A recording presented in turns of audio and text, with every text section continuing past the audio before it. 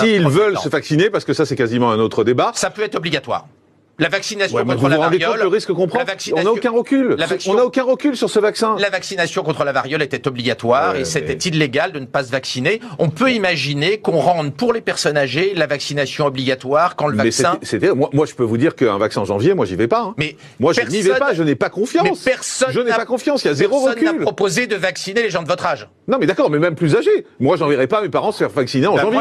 Moi, je ferai vacciner ma maman sur le champ. Comment vous pouvez être certain d'un vaccin dont on n'a aucun recul? Si l'on sort le vaccin raisonnablement et pas comme. Mais en janvier, vous parlez de janvier, vous rendez compte ? On aura. Le scientifique, c'est Jean-Marc Morand. Non, mais c'est mon avis. Scientifique. Je suis désolé, c'est pas. Oui, c'est la vaccine. Il faut pas qu'on casse l'idée de la vaccination qui déjà, notamment dans notre pays, est fragilisée par des dates avancées pour faire monter le cours de la bourse ou augmenter le nombre de morts. Qu'est-ce que j'ai fait ? Je me suis opposé à Trump qui veut aller trop vite. Vous parlez de janvier, c'est 2 mois après, excusez-moi. Ce que je veux dire, c'est que ça rejoue un peu sur les mots. Il faut sortir le vaccin le jour où il sera prêt. On a vu que la semaine dernière, il y a eu un accident sur le laboratoire d'AstraZeneca, sur le vaccin d'AstraZeneca, et AstraZeneca a arrêté les tests. C'est bien. On ne sait pas encore si c'est un effet secondaire du vaccin d'AstraZeneca ou si la personne a eu une maladie indépendamment. Mais vous vous rendez compte qu'en janvier, on n'aura aucun recul, en février ou en mars, on n'aura aucun recul sur un vaccin. Moi, je peux vous dire, mes parents ne seront pas vaccinés. Jean-Marc, excusez-moi. Vu l'âge moyen des gens qui meurent, qui est très très très élevé, la population que l'on vaccinerait est une population qui a une espérance de vie résiduelle. Ce n'est pas la peine que ces gens vivent... Résiduel, le mot est terrible. Excusez-moi de dire ça à la télé. J'ai 73 ans, résiduel.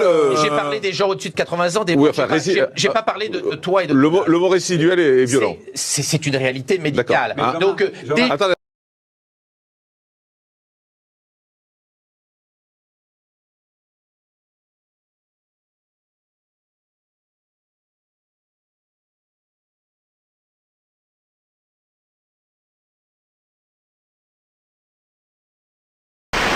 Il y aura donc une campagne de vaccination grand public au printemps. Alors c'est demain que le gouvernement va officiellement dévoiler sa stratégie de vaccination, mais on a déjà une idée de ce qui va se passer. Ce sera d'abord les personnes à risque, les maisons de retraite, et ensuite le grand public à partir du mois d'avril au printemps, juste avant l'été. Donc c'est Emmanuel Macron qui l'a dit hier après-midi, en reconnaissant, écoutez, qu'on aurait peu de recul avec les premiers vaccins.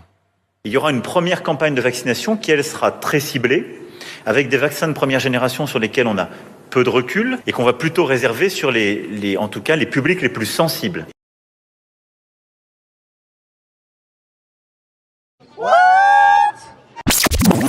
Avec des vaccins de première génération sur lesquels on a peu de recul et qu'on va plutôt réserver sur en tout cas les publics les plus sensibles.